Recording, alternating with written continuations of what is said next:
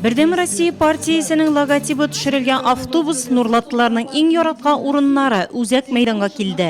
Партия командасы составында Россия Федерациясе Дәүләт Думасы депутаты Айрат Хәйруллин, Татарстан Республикасы авыл хуҗалыгы һәм азык-төлек министры Марат Әхмәтов, район башлыгы Равил Кузюров, төрле дәрәҗәдәге эшләп килүче депутатлар, иҗтимагый хәрәкәт активистлары, районның ире сәнәгать предприятиеләре, оешмалары җитәкчеләре.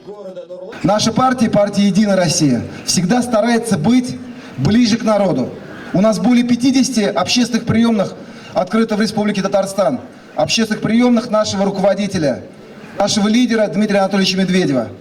Только за последние 8 месяцев более 8 тысяч обращений было в эту приемную. И почти все нашли решение. Бар Татарстанның 30 елга кадәрге үсеш стратегиясе. Анда 5 триллион сум күләмендә республика үзенең җитештерә торган продукция күләмен үстерергә тиеш. Ә ул безнең 500 миллиард республиканың керемнәр өлеше дигән бу безгә бөтен төрле безнең социаль программаларны гамәлгә куярга мөмкинлек бирәчәк.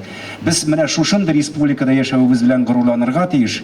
Бик күп уңышларыбызны бәйлибез без Бердәм Россия партиясенең эшчәнлеге белән һәм киләчәктә дә ул партия халык алдында, ил алдында иң югары җаваплылыкта эшләргә сезгә вәгъдә бирә. Район өчен әһәмиятле мәсьәләләр буенча фикер алышырга һәм депутатларга теләкләрен җиткерергә меңнән артык кеше җыелды.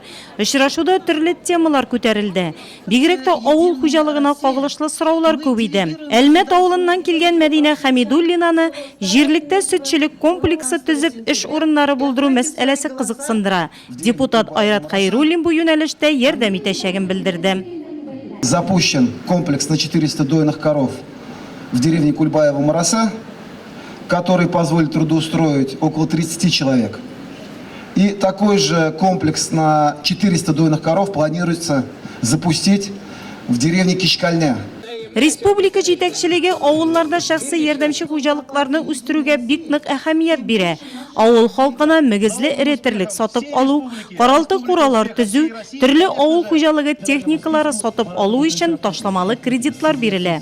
Нурлат районында 9500 шәхси ярдәмче хуҗалык исәпләнә. Шуларда 10 меңнән артык баш мөгезле эретерлек асрала. 2016 елдан башлап Нурлат районында 6300 гаилә ташламалы кредиттан файдаланган. 20 гаилә мини фирма төзегән. Яңаша яшәргә өйрәнеп килүче авыл халкы бүгеннән үк борчыла. Киләчәктә дә шәхси ярдәмче хуҗалыкларга дәүләт ярдәме булырмы? Будет ли в этом году предоставляться государственная поддержка личным подсобным хозяйствам? В летние периоды закупочные цены, в том числе, тем более особенно на молоко ЛПХ, она очень низкая, поэтому такая поддержка она велась, она будет вестись. Кроме того, у нас работает программа микроферм по 200 тысяч рублей на обновление помещений животноводских в ЛПХ. У нас есть компенсации на приобретение телочного поголовья. Кроме того, есть ряд программ по компенсации затрат на искусственное осеменение, на ветеринарное обслуживание. В нашем Елаурском сельском поселении в настоящее время 126 семей, 126 личных подсобных хозяйств получили субсидии, помощь со стороны государства. И что я могу сказать? Без поддержки, без этой программы государственной поддержки со стороны республики нам, сельским жителям, очень тяжело. ВПХ-ларны кредитлар береді, шушы кредитлар туктамасылар, шушы кредитларны субсидиялау программасы эшләсен менә халық бетінде шуның белән кулланды, күп төрлеләр алды, күп азыклар алабыз. Менә шу субсидиялар туктамасын и яшьләргә трактор төзәлсен. Район башлыгы Равил Кузюровка Нурлатлылар яңа стадион төзелешенә кагылышлы соравын җиткерде. Будем пользоваться президентскими программами и ставим себе задачу на следующий год ввести его в эксплуатацию. Көчле Татарстан, Бердәм Россия, Гомум Республика эстафетасы республикабызның 26 районында булды. Тагын 6 район әлеге эстафетаны үзендә кабул итәчәк.